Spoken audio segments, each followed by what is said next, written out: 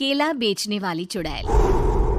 एक बार की बात है, जादूपुर नाम के एक गांव में करतब दिखाती एक औरत एक रेड्डी के लिए गांव में आती है।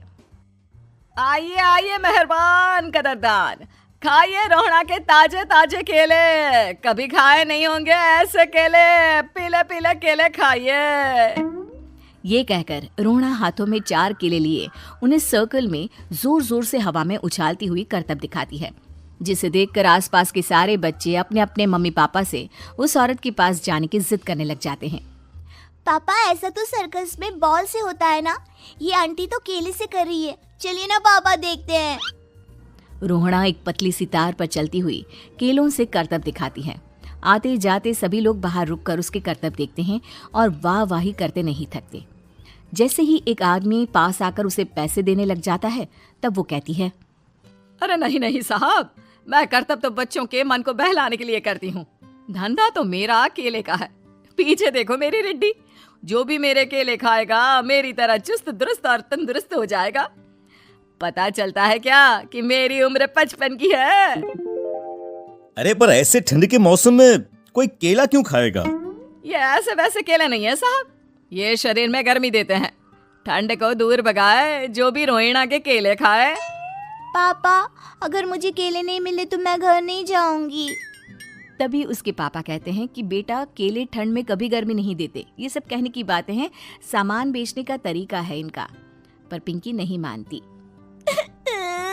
मैं केले खाऊंगी। पिंकी की जिद के आगे नत्थू हार जाता है और उसे केले खरीद कर दे देता है। पिंकी खुश होकर केले घर ले आकर खाती है। अब मैं भी करतब करूंगी, कितना मजा आएगा। जादुई केले। पिंकी पहला केला खत्म भी नहीं करती कि वो बेहोश हो जाती है। दूसरे केले से एक काला धुआं आता है और रोहड़ा चुड़ैल बनकर बाहर निकल आती है। मेरे भूतिया केले बच्चे न खाए, ऐसा हो ही नहीं सकता।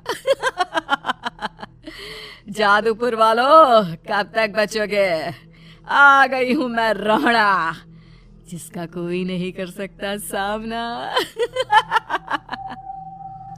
रोहड़ा पिंकी को गोद में उठाकर काले धुएं में कहीं गायब हो जाती है। शाम के वक्त नत्थू घर लौटता है और पिंकी को घर में ना पाकर उसकी माँ से कहता है, माँ पिंकी कहाँ है? अरे बेटा, उसे तो तू सुबह करतब दिखाने ले गया था ना, फिर कहाँ वापस आए तुम दोनों? मुझे लगा तू उसे अपने साथ मंडी ले गया होगा। हे भगवान, मेरी बच्ची कहाँ गई? मैं उसे घर ही तो छोड़कर गया था माँ। नत्थू गांव के घर कोने में अपनी बेटी को ढूंढता है, पर उसे वो कहीं नहीं मिलती। परेशान होकर आके रो रो कर नत्थू हिम्मत हार कर घर लौट आता है। अगली सुबह रोहड़ा फिर से करतब दिखाने आती है और इस बार पिंकी की तरह रोनी केले खरीद लेता है। 50 रुपए दिए थे पापा ने, सारे पैसों की मैंने केले खरीद लिए हैं।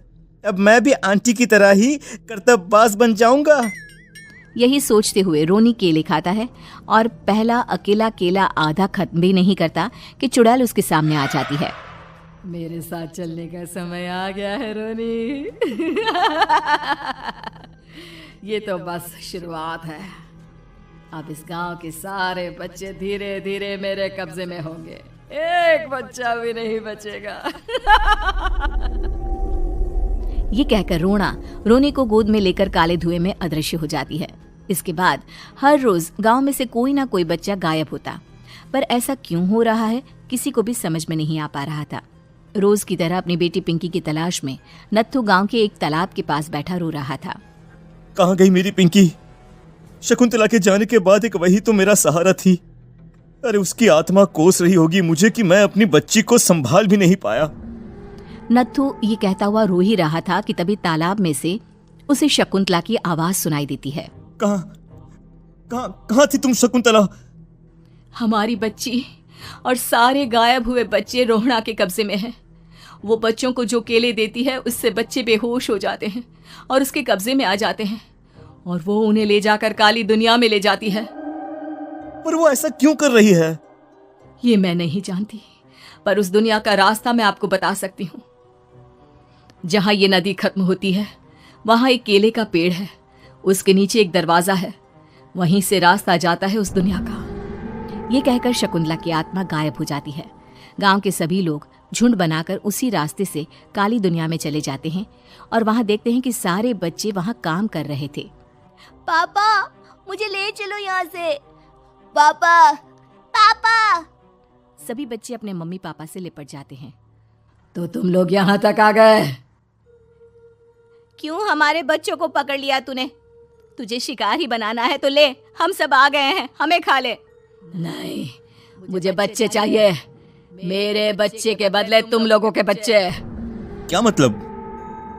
मैं इसी गांव में रहने वाली एक औरत थी। केले की चोरी के इल्जाम में मेरे बेटे को गांव वालों ने इतना मारा कि वो मर गया। उसी दिन मैंने ठान लिया कि गांव वालों का भी वही हाल करूंगी।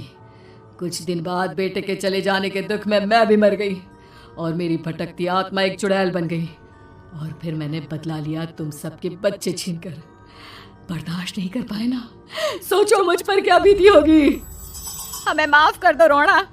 पता नहीं ये किसकी गलती थी, पर हम सभी माफी मांगते हैं। हमारी खुशियां लौटा दो, तुम भी तो एक माँ हो। गांव वालों की बात सुनकर रोना का मन पिघल जाता है और वो बच्चों को छोड़ देती है। उसके बाद काली दुनिया बच्चों के लिए जादुई दुनिया बन जाती है। अब कोई भी कभी भी वहां आ जा सकता है। उम्मीद है कि आपको हमारी ये कहानी पसंद आई होगी। कृपया हमारे चैनल को सब्सक्राइब करें और सभी अपडेट्स के लिए बेल आइकन जरूर क्लिक करें। और हाँ, वीडियो लाइक और शेयर करना मत भूलिएगा। Bye bye.